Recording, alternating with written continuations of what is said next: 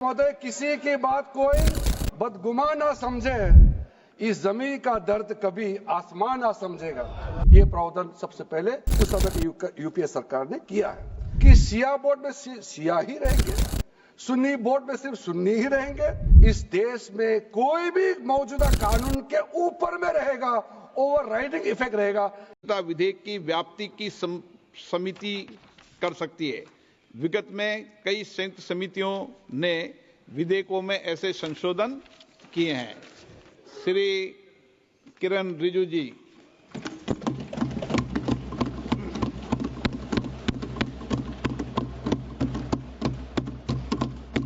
Honorable Speaker, sir, I rise to move the motion for consideration of the Waqf Amendment Bill 2025 and Mussalman Waqf Repeal Bill 2024. अध्यक्ष महोदय जी, आपने जो ruling दिया है, JPC के बारे में जिक्र किया है, उसी के साथ साथ जुड़ते हुए एक मिनट किरण जी, एक मिनट श्री सौगत राय जी संशोधन संख्या 108 को प्रस्तुत करें। आप बोल रहे थे ना? हाँ। Under Rule 77(2) of the Rules of Procedure, I propose that the Waqf Amendment Bill 2025 be recommitted for the purpose of eliciting further opinion thereon. Okay, माननीय मंत्री जी अब 12 और 16 पर अपना वक्तव्य दें।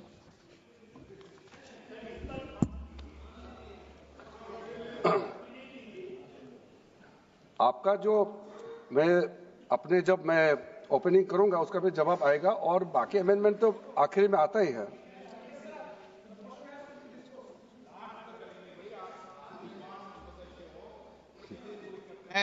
चलिए माननीय मंत्री जी।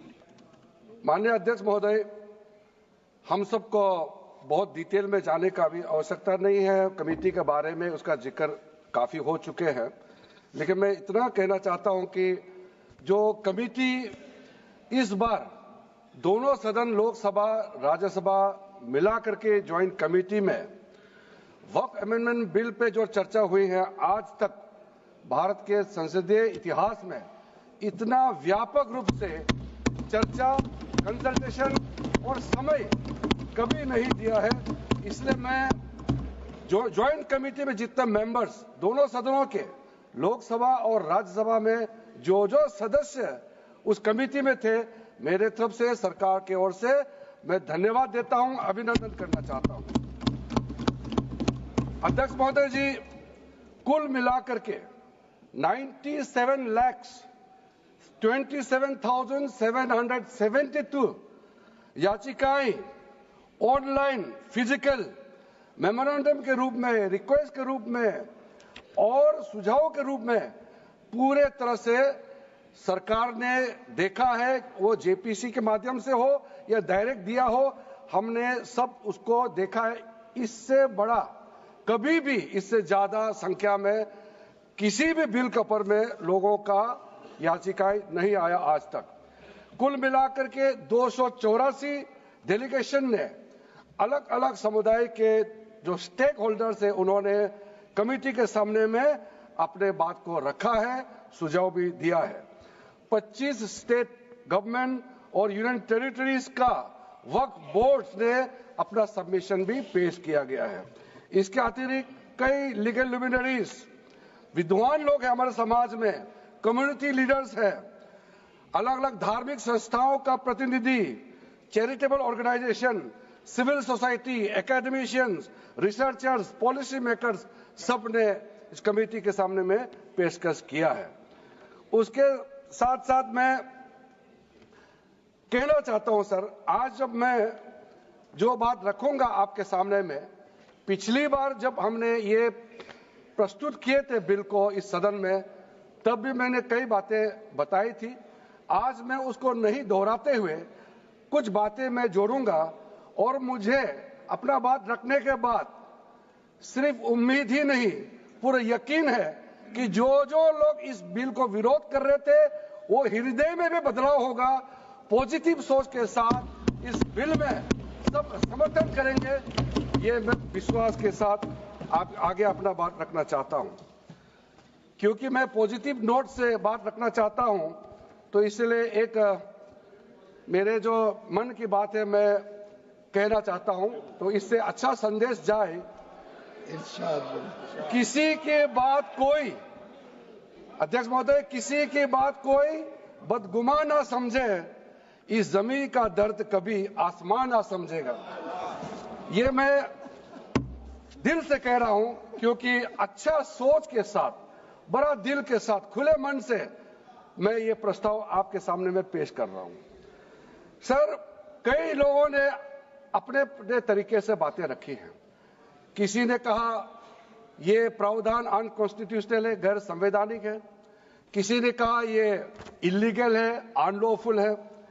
सर, ये बिल जो हम लोग जिक्र कर रहे हैं कोई नया विषय नहीं है। आजादी से पहले ये बिल, जब पहली बार मुसलमान वक्फ वैलिडेटिंग एक्ट पास किया गया था 1913 में, तब से इसका इतिहास शुरू होता है। उससे पहले प्रिवी काउंसिल ने 1894 में इनवैलिडेट किया था वक्फ अल औलाद को। बाद में उसका प्रॉपर लीगल फॉर्म में 1913 के बाद फिर 1923 में द मुसलमान वक्फ एक्ट लाया गया था, जिसमें अकाउंटिंग और ट्रांसपेरेंसी के बारे में ये जोर उसको देते हुए ये एक्ट पास किया गया था। उसके बाद 1930 में द मुसलमान वक्फ वैलिडेटिंग एक्ट लाया गया है, जो रीइंफोर्स करता है legal validity of the family waqf. परिवार में जो वक्फ होता है उसको जोड़ देते हुए ये बिल लाया गया है।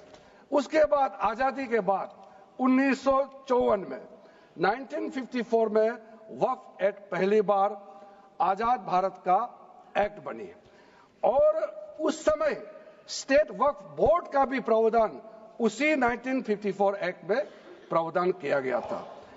उस समय से लेकर के कई संशोधन के साथ में 1995 में व्यापक रूप से ये वक्फ एक्ट बनी है।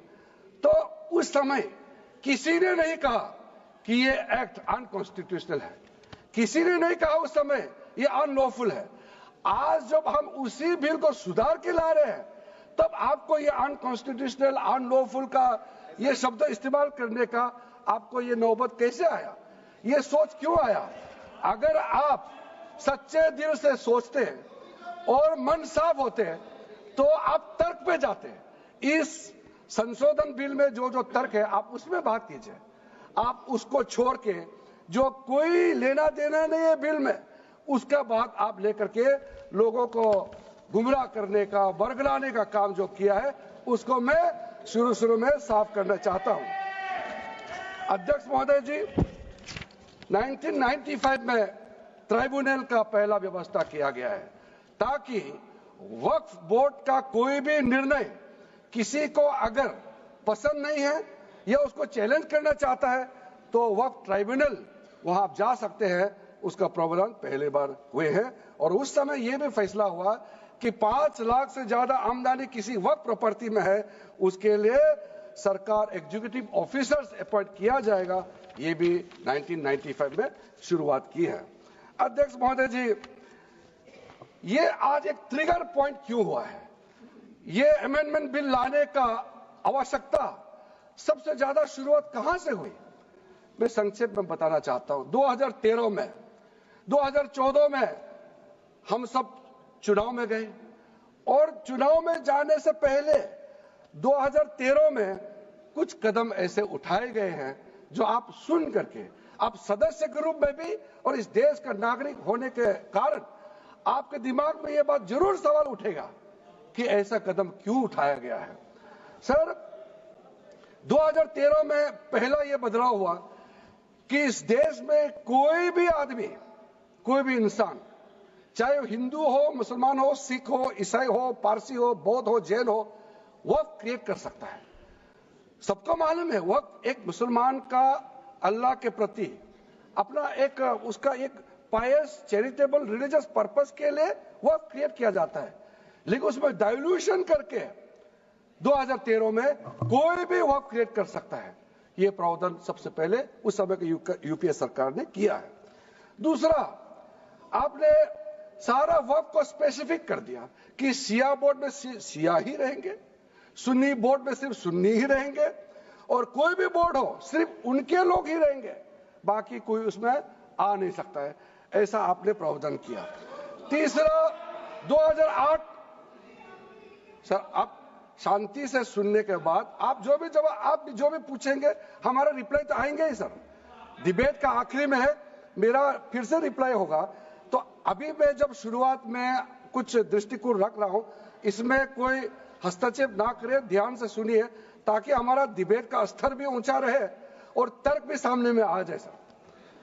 सर एक प्रावधान आया सेक्शन 108, उस सेक्शन 108 में ये लिखा गया है कि वक्फ बोर्ड का जो प्रावधान है इस देश में कोई भी मौजूदा कानून के ऊपर में रहेगा, ओवरराइडिंग इफेक्ट रहेगा, ऐसा आपने कानून बनाया है।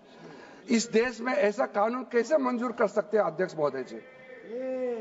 हर कानून अपना अपना हिसाब से चलता है, लेकिन एक कानून दूसरे कानून के ऊपर में ओवरराइडिंग इफेक्ट होगा, ये कोई भी मान्यता नहीं दे सकता है। उसके बाद सर मैं